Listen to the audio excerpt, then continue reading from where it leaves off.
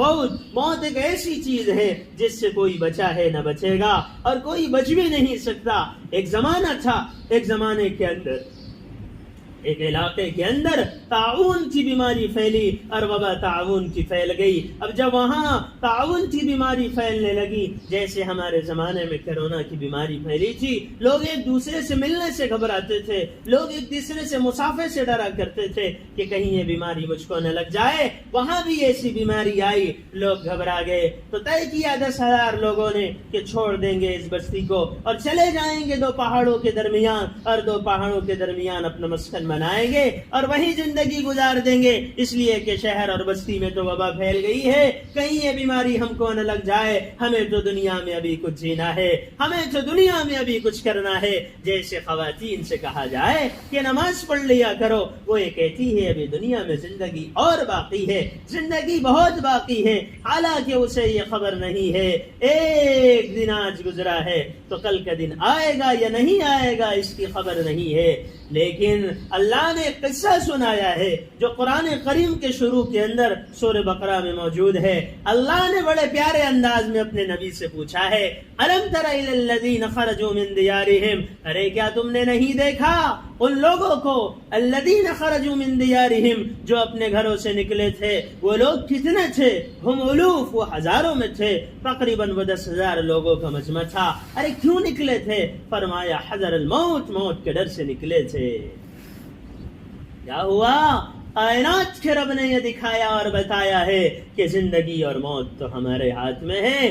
آسمان سے 2 فرشتوں کا نزول ہوا، انہوں نے اپنی جھوپڑیاں بنائی اور وہاں پہ رہنے لگے. اب یہ 10,000 لوگوں کا جمع غفیر ہے. اچانک آسمان سے 2 فرشتوں کا نزول ہوتا ہے، وہ آواز نکالتے ہیں، وہ ایسی چیخ اور ایسی آواز ہوتی ہے کہ اس آواز کی وجہ سے وہ سارے کے سارے لوگ مر جاتے ہیں. قرآن کہتا ہے فقال لهم اللہ موتوا، اللہ نے ان سے کہا تم سب کے سب مر جاؤ. وہ سارے کے سارے لوگوں پہ موت طاری ہوئی. اور جب موت ان پہ طاری ہوئی ہے تو کیا ہوا؟ جب بستی والوں کو پتا چلا تو وہ چلے ان لوگوں کو دیکھنے کے لیے، تو دیکھا کہ ایک انسانوں کا جمع غفیر ہے، تقریباً کم سے کم 10,000، اس سے بھی زائد. کیسے ان لوگوں کو دفنایا جائے گا اور کیسے ان لوگوں کو کفنایا جائے گا اور کیسے قبر کو کھودا جائے گا؟ تو لوگوں نے مشورے سے یہ طے کیا ایسا کر لیا جائے، اس کے ارد گرد ایک دائرہ بنا لیا جائے. ارد گرد کیا بنایا جائے؟ ایک دائرہ بنا لیا جائے، اور بس یہی ان کی قبر ہے. یہ انہوں نے طے کر لیا. اب ایک وقت گزرا، اب ایسی حالت میں وہ میدان میں پڑے رہے. اس میدانی حالت میں پڑے رہنے کی وجہ سے اب بدن ان کا گل گیا اور کفن وفن کو کچھ ان کو میسر نہ ہو سکا. حالت ان کی خراب ہو گئی. ایک عرصہ گزرنے کے بعد انسانوں کی وہاں ہڈیاں نظر آنے لگی. ایک نبی گزرے تھے، اس نبی کا نام حزقیل علیہ السلام تھا. حضرت حزقیل راستے سے گزر رہے تھے، وہ گزرے تو انہوں نے دیکھا تو بڑے تعجب سے دیکھا کہ کیا منظر ہے. بہت سارے انسانوں کی ہڈیاں نظر آ رہی ہے. آسمان کی طرف نگاہ اٹھا کے کہنے لگے، الہی الہ العالمین، یہ معاملہ کیا ہے، یہ ماجرا کیا ہے، یہ قصہ کیا ہے کہ انسانوں کی ہڈیاں ہی ہڈیاں نظر آ رہی ہیں. بتایا گیا کہ یہ انسانوں کا ایک مجمع ہے جن کو ہم نے موت کے گھاٹ اتارا تھا. کیوں؟ وہ موت کے ڈر سے بھاگے تھے اور وہ یہ سمجھ رہے تھے کہ پہاڑوں میں رہیں گے تو موت نہ آئے گی، لیکن موت تو ایک ایسی حقیقت ہے. قرآن یہ کہتا ہے اینما تکونوا یدرککم الموت ولو کنتم فی بروج مشیدہ، اگر تم کہیں بھی ہوں گے تمہیں موت آئے گی. اگر تم مضبوط قلعوں کے اندر کیوں نہ ہو وہاں بھی موت آئے گی. دریاپور سے ساسن آنے میں گاڑی اور بس تو لیٹ ہو سکتی ہے، مل نہیں سکے گی، رات ہو جائے گی تو، لیکن فرشتوں کو کوئی گاڑی اور موٹر کی ضرورت نہیں ہے. تو کہیں بھی کدھر بھی کسی بھی وقت میں کہیں بھی پہنچ جاتے ہیں. وہ اللہ کی ایسی مخلوق ہے جو ہواؤں کے ذریعے سے چلتی ہے. وہ یہ سمجھے کہ ہم تو موت سے بچ جائیں گے لیکن سب مر گئے. اللہ نے حزقیل علیہ السلام کے دل میں بات ڈالی، او ہمارے حزقیل تو ہم سے یہ دعا کر کہ ہم ان ہڈیوں کے ڈھانچے کو تیار کرے اور پھر ان کے کفن کو ان کے جسم کے اوپر گوشت کو چڑھائے اور انہیں دوبارہ زندہ کرے. تم ہم سے کہہ دو زندگی اور موت تو ہمارے ہاتھ میں ہے، ہم چاہے تو موت دے دے اور چاہے تو دوبارہ زندہ کر دے.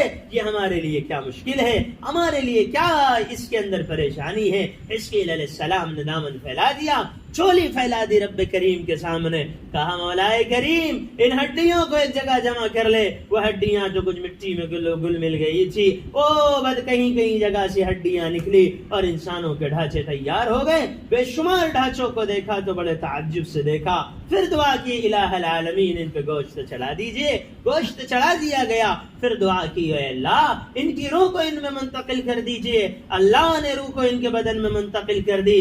قرآن نے جس کو کہا ہے ثم احیاہم، پھر ہم نے ان کو زندہ کیا. جب وہ لوگ اچانک زندہ ہوئے تو وہ زبان سے جملہ کہنے لگے سبحانک لا الہ الا انت، سبحانک لا الہ الا انت. اے اللہ تیری ذات پاک ہے، تیری ہاتھ میں بادشاہت ہے. تو ہم تو موت کے ڈر سے نکلے تھے، تو نے ہمیں موت دی اور تو نے ہمیں دوبارہ زندہ کر دیا. یہ قصہ اللہ نے قرآن میں سنایا ہے.